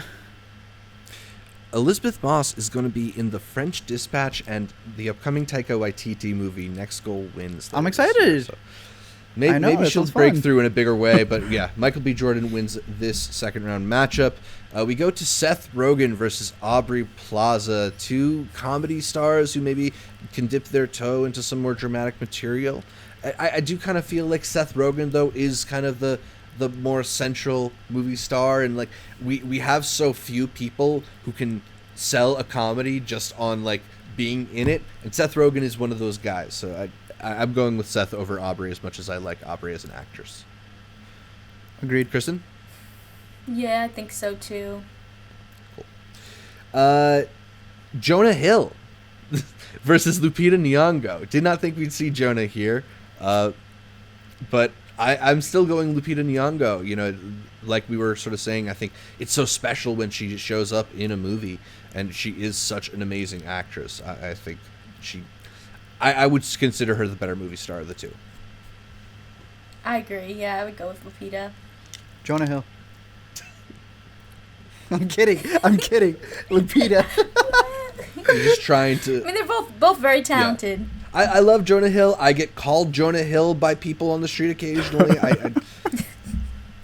I just think Lupita is the better movie star. Henry Cavill versus Adam Driver. And I think Adam Driver has shown it in blockbusters. He's shown it in independent movies. He's shown it in Oscar quality stuff, and he's shown it in Star Wars. I think this is Adam Driver all the way. Art? Yeah, I think I'm going to agree with you because even recently, as much as I think Henry Cavill's a bigger actor, he's been the supporting person when it came to Mission Impossible. Even in The Man from U.N.C.L.E., like, I mean, that's a two-for role there. And in Enola Holmes, he's Sherlock, yet his sister's the one who's the title role. I can see the argument for him, though, because he probably has more box office revenue. Well, actually, no, because one's in Star Wars. So... yeah, I'm going to go with the versatility of Adam Driver as well. Yeah.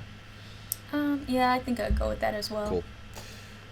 Robert Pattinson versus Kristen Stewart. We did it, guys! Wow. It's the Twilight matchup. I know this is what you wanted. I did not plan for this. I goodness. swear. I organized this from oldest to youngest, as I always do, and this is just the gods wanted this to happen. So, Stephanie Meyer herself. Kristen, which team are you on? Team Edward or Team Bella? I gotta go Team Bella. I feel Yeah. like I enjoy, I think, a little bit more of Kristen Stewart's projects. But I think they're both good for them that they're both still killing it after Twilight. Mm-hmm. But I That's- think yeah, it even says a lot. before Twilight, I've been a big fan of Kristen Stewart, so I feel like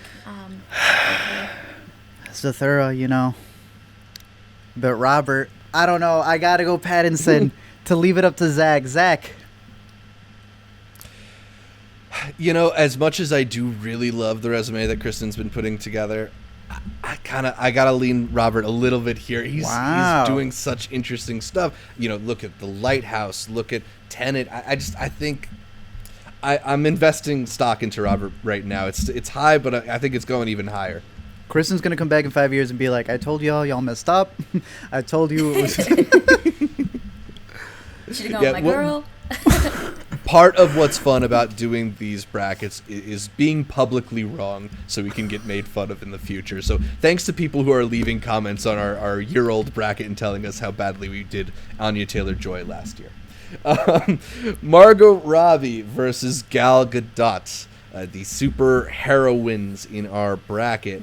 And I think, they've both got big franchises under their belt, but only one is really in contention for Oscars when she wants to be. So I think this is Margot's pretty easily. I don't know Margot. about you two. I agree. Yeah, Margot. Yeah. I think she has a little bit more diversity of projects. Totally.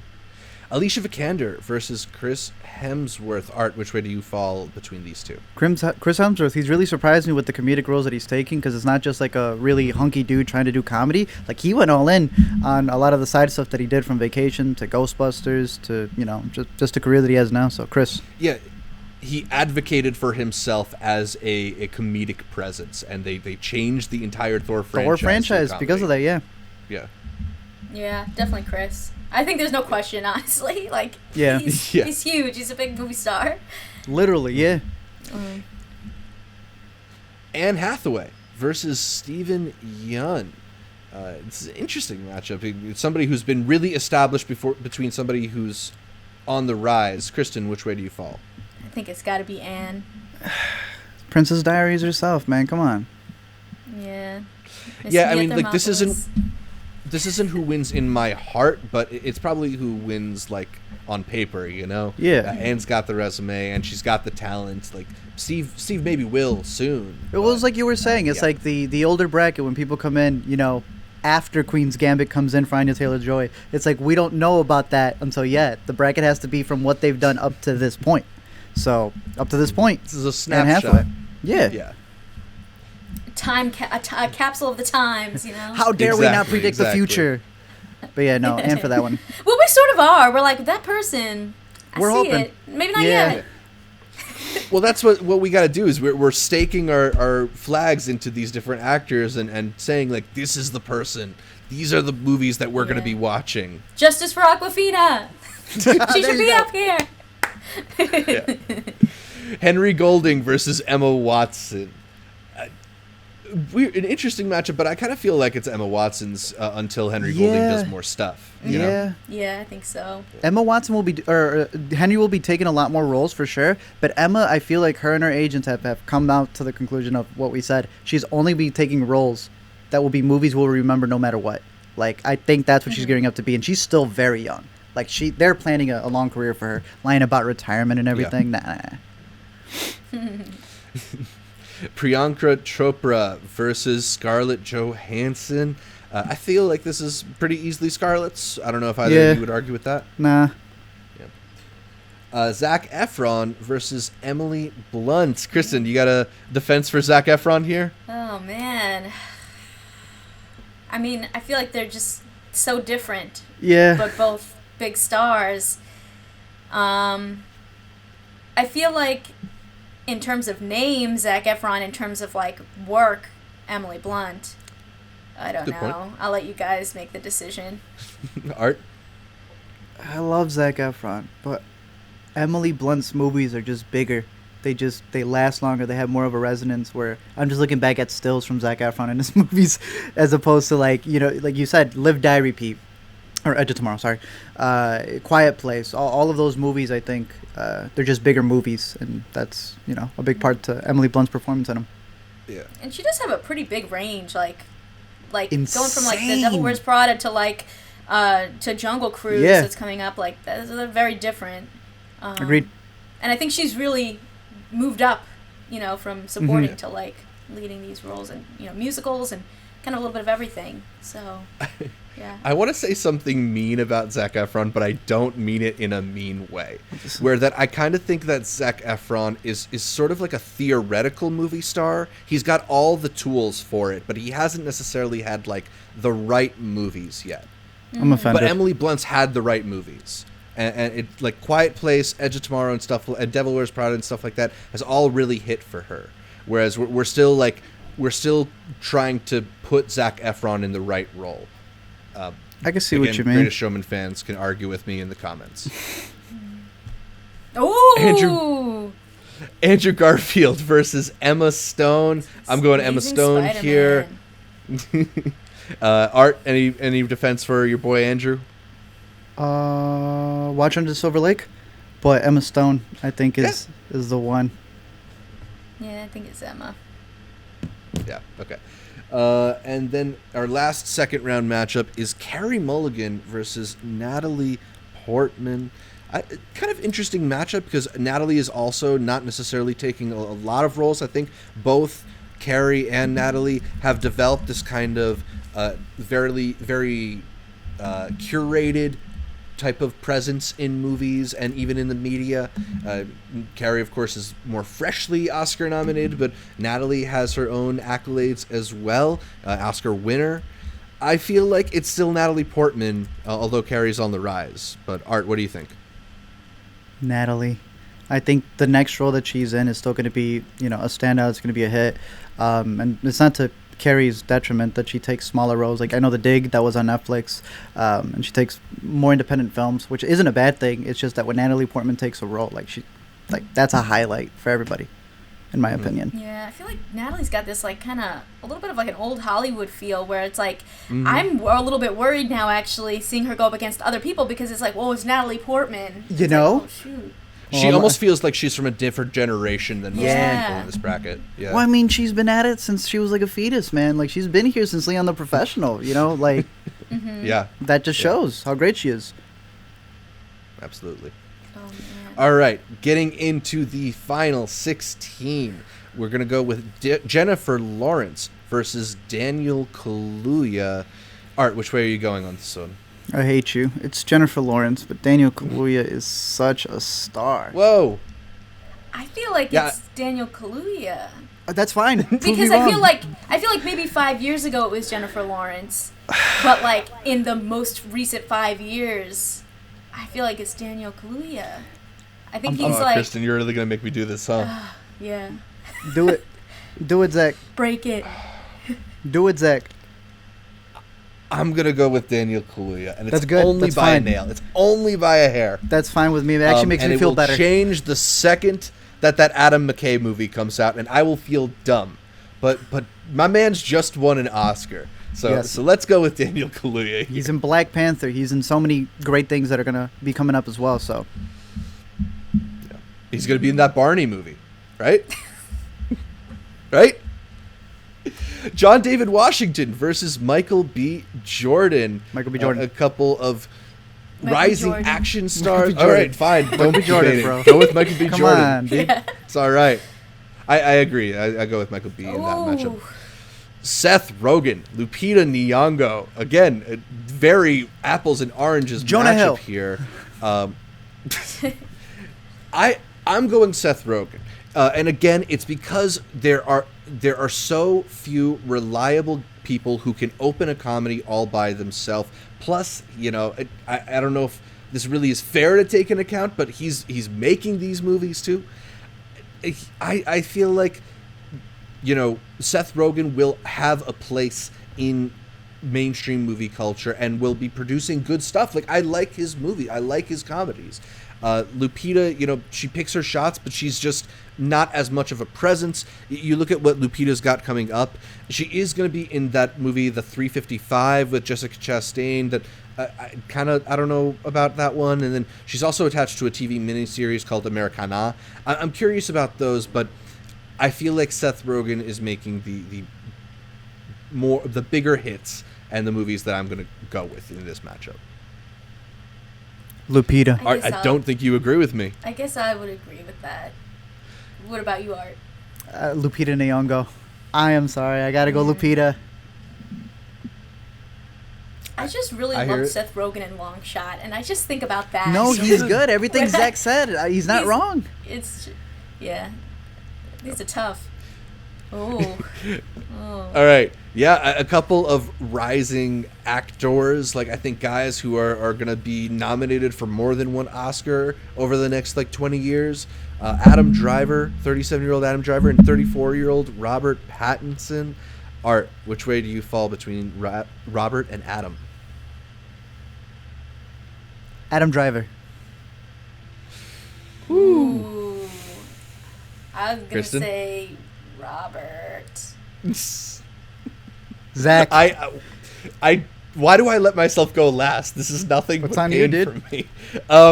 I'm going Adam Driver. I just think that dude can do no wrong right now. He's a very versatile actor. As soon as you he's said gonna that, be in so many good your movies answer coming aged. up. Robert Pattinson's Batman. trajectory, I like how I said Robert Pattinson's Adam Driver. Now I'm trajectory. arguing for Robert Pattinson. Come on, Zach. What are you doing? There's a good argument to make that these two could be in the finals or in the final four. Yeah. It's unfair to put them against each other. Margot Robbie and Chris Hemsworth. Action stars, comedy stars, people who can blend them both. Margot with the Oscar nominations under her belt. Chris Hemsworth, he's been in some more dramatic movies like Rush. He does have that side to him, although I don't know if we see it as much.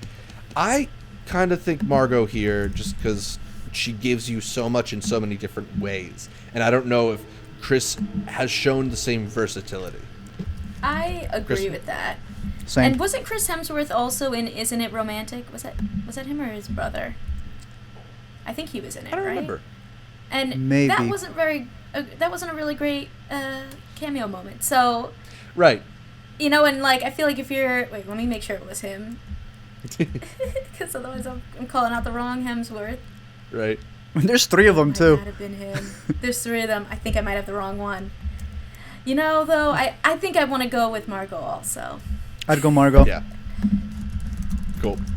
All right, Margot advances. Then we got Anne Hathaway versus Emma Watson. Anne Hathaway. Here I'm going with Anne. Anne is giving you more consistently, so.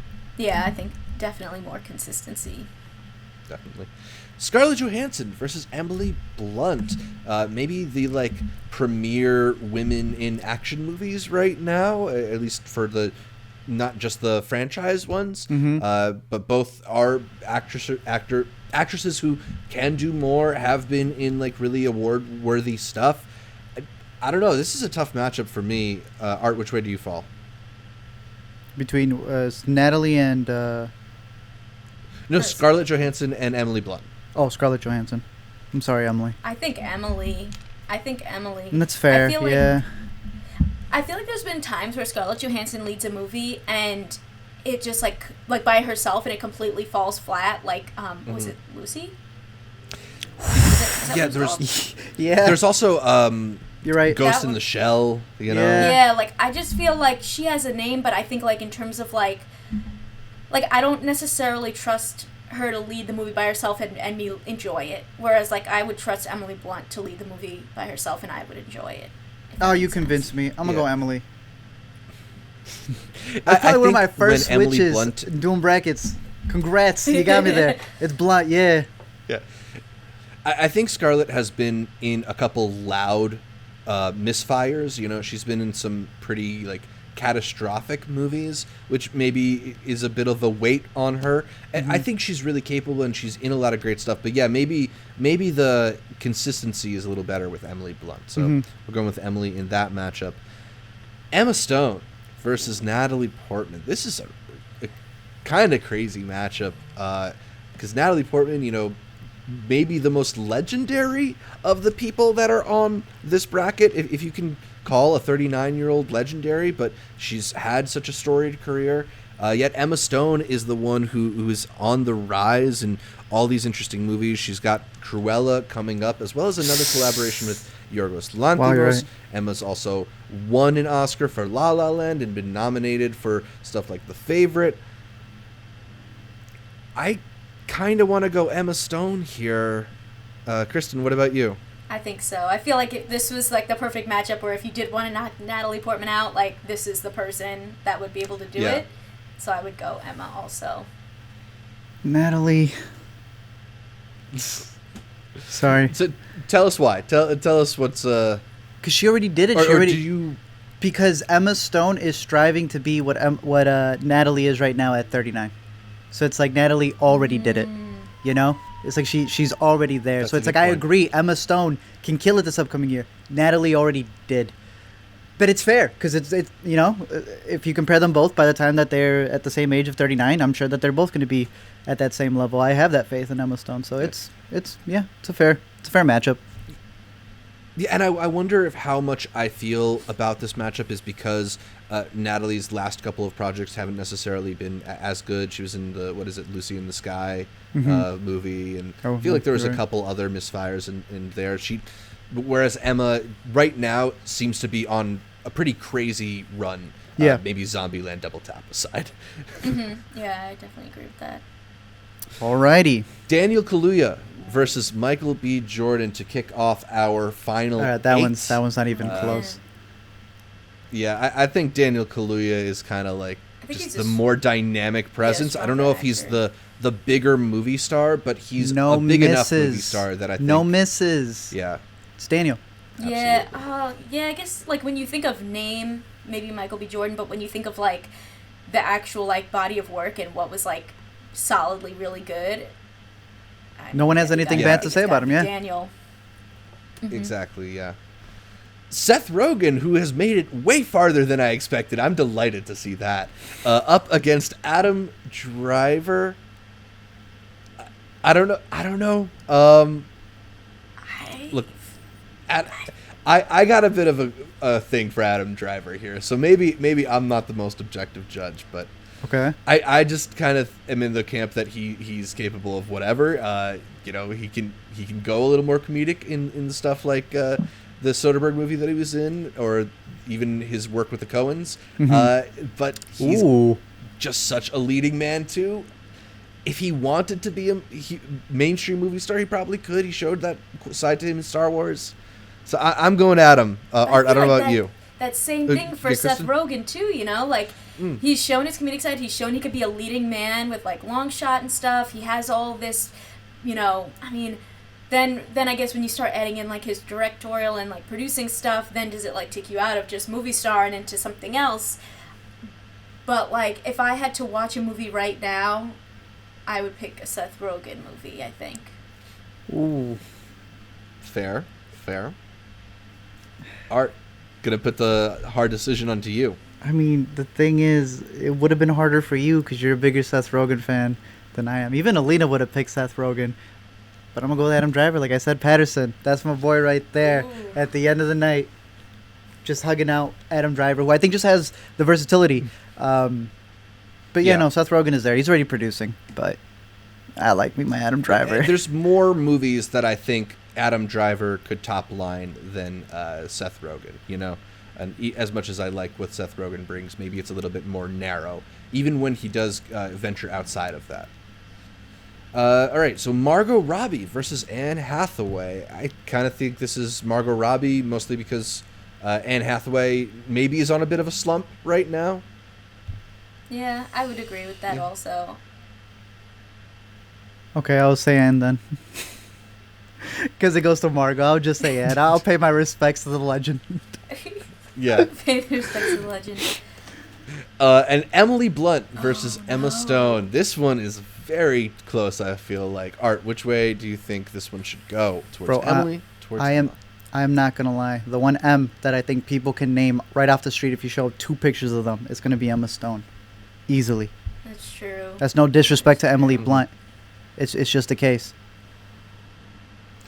I think something that I like about Emily Blunt is she does have a little bit of like maybe a little bit more of an anonymous quality that lets her be a little bit more of a chameleon from role to role. Like I don't know if I go into a movie and it's like, that's Emily Blunt, the way that I do with Emma Stone, but being able to be such a recognizable personality is part of what makes you a movie star, right? So yeah, I think Emma Stone here too. I don't know if that's your choice, Kristen. It's so hard. That's a hard one. But I guess, like you said, if you have to put up a picture, I think people would know Emma Stone more as like a iconic movie star name. And after Cruella, she's gonna be everywhere. The bigger sell, at least, and she continues to feel like she's on the rise. I feel like. All right, we have gotten down to the final four. The four best movie stars in their 30s. Can you imagine a movie with all four of these people? I don't know if one screen could contain them all. And very conveniently, we've got a male side of the bracket and the female side of the bracket. Completely unintentional that we arrived at this. But let's go with our favorite two leading men here. Daniel Kaluuya versus Adam Driver. The recently dubbed Oscar winner in Daniel Kaluuya for his work in Judas and the Black Messiah versus Adam Driver, the versatile leading man who's many auteurs' new favorite guy. Going to be in House of Gucci later this year. Going to be in the new Noah Baumbach movie later this year. I don't know. We're putting a lot of stock in Daniel Kaluuya. I'll say that. You look back at this bracket, and Daniel Kaluuya is like David versus Goliath. He's taking out some heavy hitters. He's taking out some pretty heavy hitters, and I stand 100% by it because I love Daniel Kaluuya. I 100% believe he's already that star. You know that look he gives in Widows when he's in the basketball court and he just you know exactly what I'm talking about. There's no reason that should be as popular of a GIF as it is, but it is because he's so dynamic. He can give you so much in just, like you said, a look. I gotta say, though, this whole time I've been like, Daniel, and like actually all the people that have been going against Adam, I'm like, I would prefer them over Adam. But when I'm Interesting. looking at these two together, I feel like Daniel, while I think is an incredible actor and he just won an Oscar, I feel like in terms of like popularity and like fandom and people like being like, this is a person that I feel like Adam Driver has stans, you know? Oh, he's a, Yeah. Whereas like I don't know Totally. if Daniel Kaluuya has stans, so then does that affect the movie stardom? it can. Is Adam Driver maybe a bigger movie star because like he has these like super fans that love everything he does? So I'm kind of thinking maybe Adam Driver here, even though I really, really want to pick Daniel Kaluuya. All right, I kinda Zach. It's feel funny like the it's- way the bracket works. Yeah. How sometimes the right matchup just like changes your mind a little bit. Yep. Yeah. Like I want to say Daniel Kaluuya, but I feel like in terms of like popularity and like fandom, Yeah. I want to say Adam Driver. I wonder how much of this is just because of the opportunities that Adam Driver keeps on getting. Because everybody seems to want to cast him in his movie. I cannot wait to see all these movies that Ridley Scott has just put him in, the movie that Noah Baumbach wants to put him in, the movie that Leo Carax is doing. I'm a little bit more excited for what Adam Driver's got coming up next versus what Daniel Kaluuya's got coming up next. Maybe role to role that will change. Oh, this is the one that I think hurts I'm going me. Adam Driver Oh, here. why'd I have to come so late? Oh. And I like how He I'm the made opposite a of you, really Kristen, good too. run. I'm the complete opposite Yeah. of where you haven't been choosing We Adam. switched. I have been choosing Adam, and then I switch. Oh. That's fine. Daniel, you made it to the top Yeah. 4. Congrats on that Oscar. Shout out There your are moms. no losers when you get to the final 4. There are Okay. no losers this deep All into right. the bracket. I mean, honestly, they're But- all winning, you know? Daniel's Yeah. like, I got an Oscar. I don't really care You what don't you guys care. say. Exactly. Yeah. He does not care what we say You don't about care. him. No. All right, we shift to the women. Margot Robbie and Emma Stone. Two really, really interesting screen presences. I feel like they've got some similar subversive qualities to the roles that they take. They are often thrive in these characters that are good at like sticking it to the people trying to keep them down. I like their the quality that they both have about them. I personally lean towards Emma Stone. I just like her a lot. I find her incredibly charming. I find her incredibly believable in a wide variety of roles, whether it's, waitressing as a wannabe star in La La Land, or as royalty in The Favorite, or as, a destitute person in The Favorite. I really like Emma Stone. I like her choices of roles too. I'm going with her here. Yeah, Kristen? I think Emma Stone is someone that always surprises me. That, like, I remember when she was taking on Gwen Stacy, I was like, can she do that? Because I know that she's, like, so funny, but, like, isn't that a little bit more serious? And, like, I just feel like she can do everything and has had, I think, probably, like, a longer career than Margot Robbie to be able to show that she can do that. So I think both of them are very talented, but in terms of, like, who I think is a bigger star and can maybe have like a longer range of things that they've done, I guess Emma Stone. Yeah. Rest All in right, peace, any Margot. words from Margot Robbie? She's great. She's going to be here just as long as well. Killing it with the producing Yeah. game. But yeah, that's all right. It's Emma. All So right, then- so we finally arrived at the Whoa. finals. Who is the best movie star in their 30s? This is like when the actors peak, I feel like. They are old enough to take on those really adult roles and get into really meaty parts, and they've established enough of a resume that you know who they are. So this is getting them at the elite moment in their careers. Yeah. Adam Driver, who is put together quite the run recently, versus Emma Stone, who also is just like cannot miss, it feels like, with the film she's taking. Art, I'm gonna make you go first on this one because I don't even know. I don't know. Adam Driver's 37. Emma Stone is 32. And even at that point, I think Emma Stone's ahead of Adam Driver. It's Emma Stone. It's Emma Stone. I hear you. I think she can sell a movie all on her own. It feels like. One of the things that I love about Adam Driver is his director choice, but a lot of times it's the directors that I'm drawn to, and it happens to be he's perfect in those roles, but it's the directors that get me in the door. Emma tends to get me into the door of her movies. She's such an interesting screen presence, and and as the lead, she's not supporting, even if the favorite chooses to campaign her that way. All right, there you go. All right, are we happy with that? Emma Stone, is that who you thought was going to win when you took a look at this bracket no. when we started out? Not necessarily. I don't know, maybe. But it's a solid pick. Was there anyone in particular? Jonah Hill. I feel like looking at it, if I have to choose anyone, I feel like Emma Stone does make sense. Yeah. I knew Emma Stone would be a big contender. I thought Margot Robbie was going to have a good run. She had a solid run there. I mean, she was right there, bro. Adam Driver, I kind of helped him along on the way, but I had a feeling he would do well because he's done so many interesting things. But yeah, that Daniel Kaluuya run, I'm glad to see it. That made me happy. Would Robert Pattinson have beaten Daniel Kaluuya? Ooh. You know? That's a good one, actually. You know what I'm saying? How does that switch up? That's interesting. But you'll never know. That's just how it goes. It didn't happen this year. It didn't happen. Maybe it'll happen next year. So, yeah, let us know in the comments below where we messed up, which matchups we got wrong, who wins your version of the best movie stars in their 30s bracket. This was a lot of fun to do. Kristen, thank you so much for joining us. That's about all for this week's show. Catch more from me, Zach Shevich, by following me on Twitter, Instagram, or Letterboxd at ZShevich. That's ZSHEV, as in Alicia Vikander, ICH. Kristen, where can people find more from you?